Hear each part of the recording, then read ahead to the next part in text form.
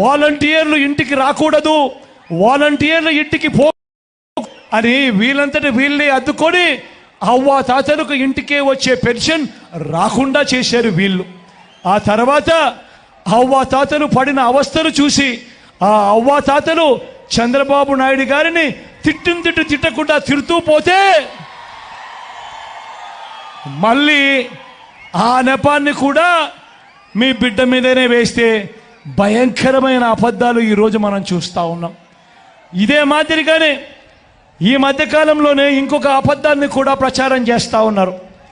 Land titling act మీద ప్రచారం చేస్తూ ఉన్నారు. మీ ఇంటికంతా ఫోన్లు కూడా చేస్తూ ఉన్నారు.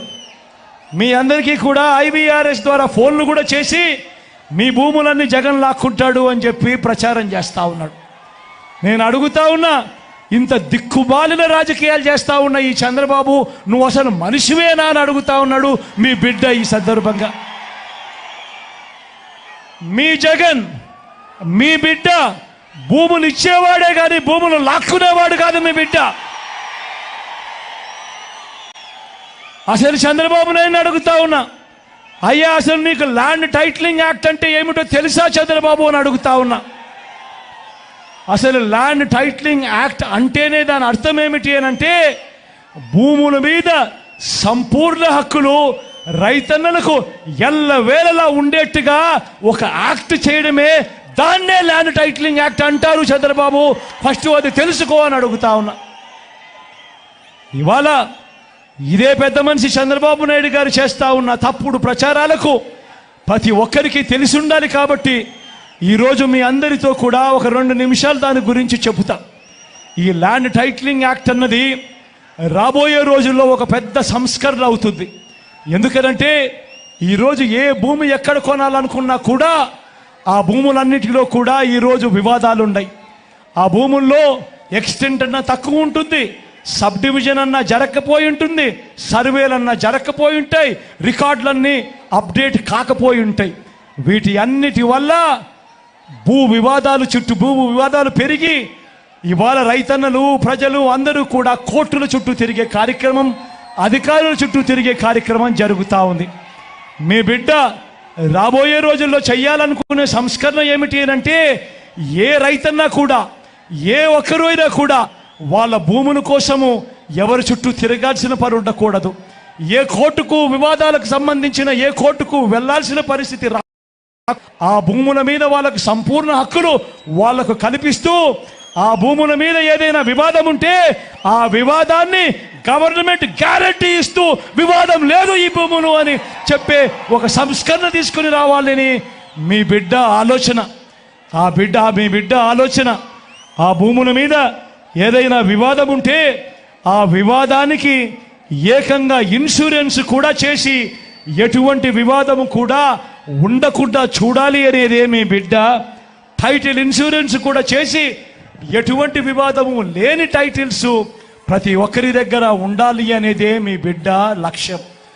కానీ ఇది జరగాలి అని అంటే మొట్టమొదటిగా జరగాల్సిందేమిటంటే రాష్ట్ర వ్యాప్తంగా జరుగుతూ ఉన్న సర్వే పూర్తి కావాలి. 100 సంవత్సరాల తర్వాత అప్పుడెప్పుడో బ్రిటిషర్లు సర్వే చేశారు. దాని తర్వాత ఈ దేశంలో కానీ ఈ రాష్ట్రంలో కానీ సర్వేలు మళ్ళీ చేసే పరిస్థితి లేదు. ఈరోజు మొట్టమొదటిసారిగా మీ బిడ్డ గ్రామ సచివాలయాలు తీసుకొని వచ్చి అందులో ఏకంగా 15,000 సర్వేయర్లను కూడా అందులో పెట్టి ఈరోజు మీ బిడ్డ 100 సంవత్సరాల క్రిందట జరిగిన సర్వేను మళ్ళీ మీ బిడ్డ ప్రతి ఎకరాను కూడా సర్వే చేయిస్తూ ఉన్నాడు. రైతుల కోసం సర్వే చేయించడమే కాకుండా వాటికి సంబంధించిన సరిహద్దు రాళ్లను పెట్టిస్తూ ఉన్నాడు, రికార్డులన్నీ అప్డేట్ చేయిస్తూ ఉన్నాడు, సబ్ డివిజన్ చేయిస్తూ ఉన్నాడు. చేసి ఆ రైతన్నలకే హక్కు పత్రాలను ఎక్కడికి పోకుండా పదిలంగా రైతన్నలకు అందేట్టుగా చేస్తూ ఉన్నాడు మీ బిడ్డ. ఇవన్నీ కూడా పూర్తయిపోయిన తర్వాత కానీ రాష్ట్రంలో 17,000కు సంబంధించిన రెవెన్యూ గ్రామాలుంటే ఇప్పటిదాకా 6,000 రెవెన్యూ గ్రామాలు మాత్రమే పూర్తయ్యాయి. రాబోయే 1.5-2 సంవత్సరాలలో పూర్తిగా 17,000 గ్రామాల సర్వే కూడా పూర్తయిపోతుంది.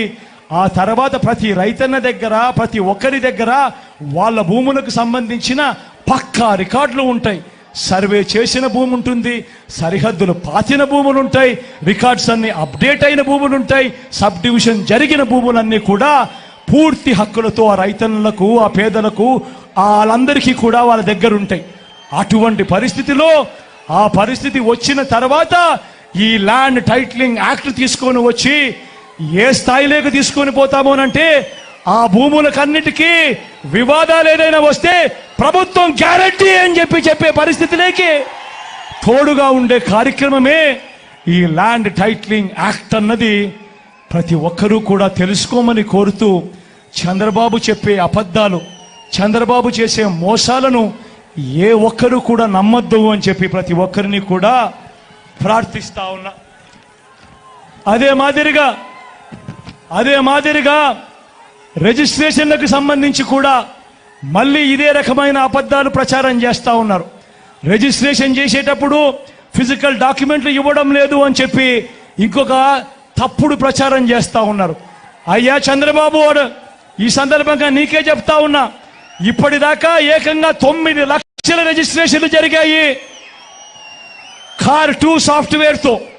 కార్ 2 సాఫ్ట్వేర్ తీసుకువచ్చి కార్డ్ 2, ఇంతకు ముందు కార్డ్ 1 సాఫ్ట్వేర్ ఉండేది, అది మరింతగా అప్గ్రేడ్ చేసి కార్డ్ 2 సాఫ్ట్వేర్ తీసుకువచ్చి దేశవ్యాప్తంగా అమలవుతా ఉన్న ఈ కార్డ్ 2 సాఫ్ట్వేర్ను మనం కూడా తీసుకువచ్చి ఈ కార్డ్ 2 సాఫ్ట్వేర్ ద్వారా ఏకంగా 9 లక్షల రిజిస్ట్రేషన్ చేయడమే కాకుండా రిజిస్ట్రేషన్ చేసిన తర్వాత ఆ డాక్యుమెంట్లన్నీ కూడా ఆ భూ హక్కు యజమానుల దగ్గరికి ఇవ్వడం కూడా జరిగింది చంద్రబాబు అని చెప్తా ఉన్నా.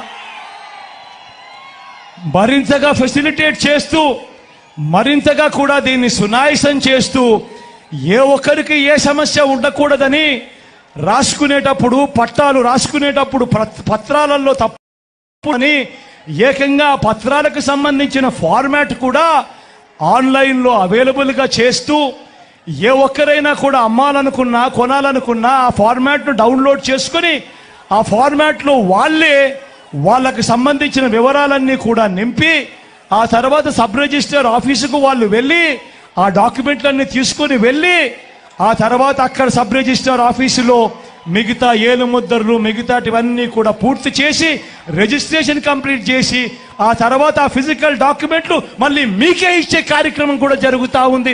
చంద్రబాబు తెలుసుకోవాలని అడుగుతా ఉన్నా. ఇవన్నీ కూడా ఎందుకు చెప్పాల్సి వస్తూ ఉందనంటే ఈరోజు రాజకీయ వ్యవస్థ చెడిపోయింది. ఏకంగా ఇళ్లకు ఫోన్ చేస్తూ ఉన్నారు. ఫోన్ చేసి ఇలాంటి తప్పుడు ప్రచారాలు, తప్పుడు అబద్ధాలు ఇవాళ చెప్తా ఉన్నారు. ఇంతటి దారుణంగా జరుగుతూ ఉన్నాయి. కాబట్టి మీ అందరితో కూడా నేను కోరేది ఒకటే, వీళ్ళు చెప్తా ఉన్న అబద్ధాలన్నీ నమ్మకండి, వీళ్ళు చెప్పిన మోసాలన్నీ కూడా ఏ ఒక్కరూ నమ్మొద్దండి. మీ అందరికీ కూడా నేను ఒకటే చెప్తా ఉన్నా, మీ బిడ్డ వల్ల మీ ఇంట్లో మీ అందరికీ కూడా మంచి జరిగి ఉందా లేదా అన్నది మాత్రమే కొలమానంగా తీసుకోండి అని అడుగుతా ఉన్నా. మీ బిడ్డ వల్ల మీ ఇంట్లో మీకు మంచి జరిగి ఉంటే మాత్రం మీ బిడ్డకు మీరే సైనికులుగా నిలబడి అని చెప్పి మాత్రం మీ బిడ్డ కోరుతా ఉన్నాడు. మీ అందరితో కూడా ఈ విషయాలు చెప్పాల్సిన అవసరం ఉంది. కాబట్టి ఈ సందర్భంగా మీ అందరికీ కూడా తెలియజేస్తా ఉన్నాను అని తెలియజేస్తూ, మీ చల్లని దీవెనలకు, ఆశీస్సులకు మరొకసారి హృదయపూర్వకంగా 2 చేతులు జోడించి కృతజ్ఞతలు తెలుపుకుంటూ సెలవు తీసుకుంటా ఉన్నా.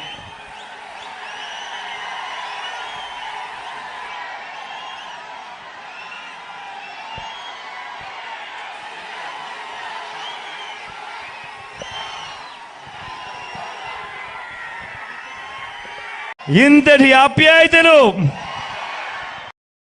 చూపిస్తూ, ఇంతటి అభిమానాన్ని పంచిపెడతా ఉన్నా నా ప్రతి అక్కకు, నా ప్రతి చెల్లెమ్మకు, నా ప్రతి అవ్వకు, నా ప్రతి తాతకు, నా ప్రతి సోదరుడికి, నా ప్రతి స్నేహితుడికి